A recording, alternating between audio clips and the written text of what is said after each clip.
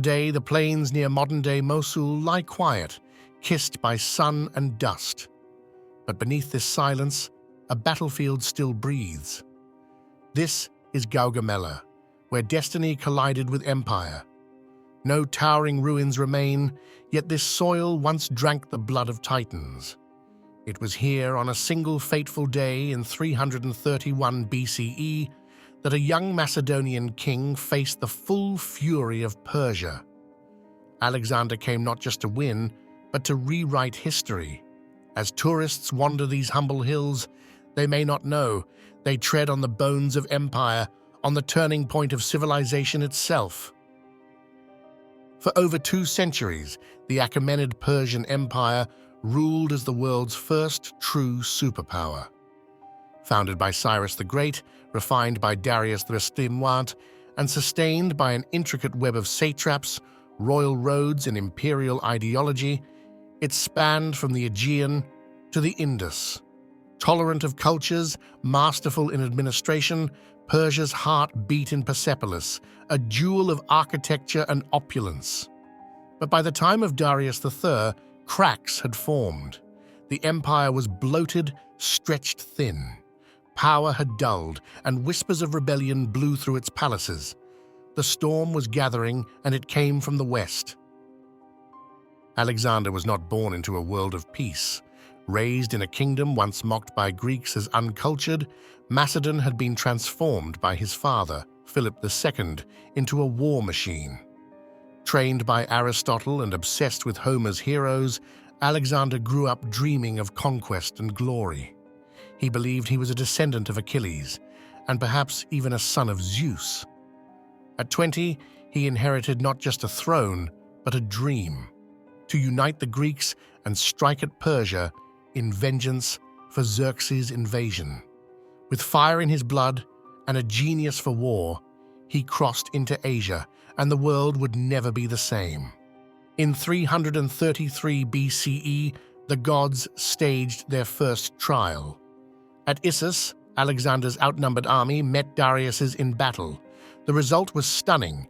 Darius fled the field, leaving behind his treasure, his banners, and his own family. Alexander captured the Persian king's mother, wife, and daughters, but treated them with respect. Darius tried to bargain, offering lands, gold, even his daughter's hand. But Alexander would not share the world. "So would I if I were Parmenion," he said to his general's advice to accept. He didn't want half a victory, he wanted all of Asia. To crush Persia's naval power, Alexander laid siege to the island city of Tyre. For 7 relentless months, he built a causeway across the sea, finally breaching the walls. The city fell, and its legacy was drowned in fire and blood. Then came Egypt. No resistance, no armies.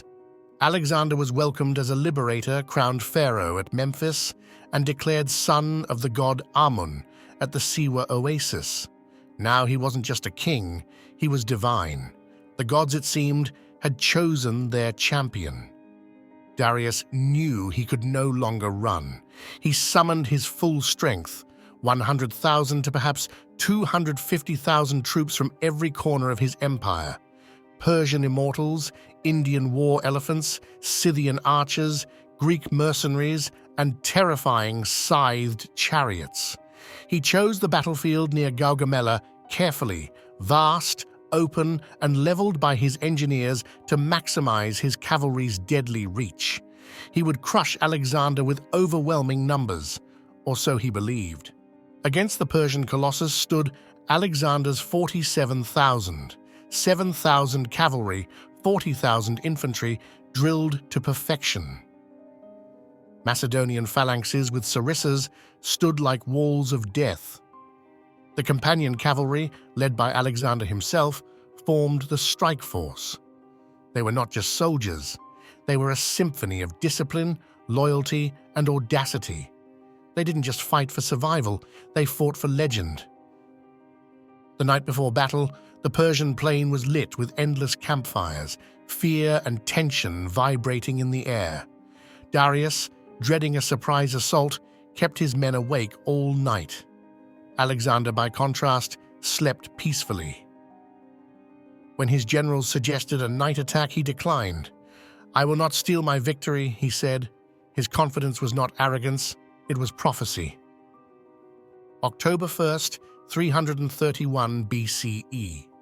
As the sun rose red above the plain, two armies faced each other. Darius stood at the center of a vast crescent, surrounded by elite guards and exotic weapons. Scythed chariots glistened in the light, wheels sharpened like fangs. Alexander positioned his army diagonally, seemingly vulnerable, but perfectly calculated. He wasn't just ready. He was waiting. Alexander began drifting right, a subtle maneuver. But the Persians noticed. Their left flank, under Bessus, stretched to counter. Darius's line began to distort, lengthened and strained. The battlefield Darius had so carefully prepared was slipping from his grasp. Alexander had begun to shape the ground itself. With pressure mounting, Darius unleashed his scythed chariots, 200 iron monsters charging toward the Macedonian front. But Alexander had trained his men for this. At the last moment, the phalanx opened lanes. The chariots raced through, disoriented. Light troops swarmed them from the flanks with spears and javelins. The terrifying weapons became twisted wreckage. The great gambit failed. To the left, chaos raged. Parmenian's wing was under immense pressure from the Persian right. Some cavalry even penetrated the Macedonian rear. Alexander knew. He let it happen. The distraction was part of his plan. His eyes stayed fixed, not on his flanks, but on the Persian center. And then it happened. As the Persian left continued drifting outward, a gap opened between Bessus's wing and Darius's center. A sliver of vulnerability, exactly what Alexander had engineered. This was no accident. It was destiny, visible now, tangible, and waiting for him to strike. With a shout, Alexander led the companion cavalry in a sharp wheel left, forming a wedge. They thundered into the gap like lightning from Olympus, smashing into the heart of the Persian army. The phalanx followed. The center buckled. The royal guard shattered. Dust choked the sky. Darius watched it all, his empire crumbling before his eyes. Alexander came close enough to see the Persian king's face, and in that moment, Darius broke. He turned and fled in his chariot, again. The Persian center, leaderless and stunned, collapsed into chaos. The King of Kings became a fugitive. The empire, once feared across the world, lay exposed. Victory seemed within reach, but a message arrived. Parmenion needed help. Alexander paused. He could chase Darius, end it now, or rescue his army. He chose loyalty. He wheeled back, charging into the Persian right, smashing it from the rear. It was brutal, it was bloody, but it broke, and the day was won. Bodies littered the plains, Persian losses numbered in the tens of thousands. Alexander pursued Darius, but the king escaped, only to be betrayed months later by his own general Bessus. When Alexander found the corpse of his rival, he wept and ordered a royal burial.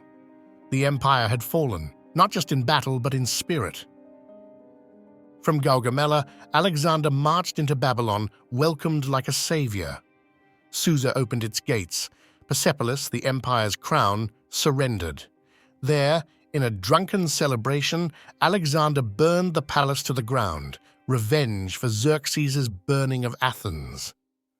Fire rose over columns and gold. An age had ended.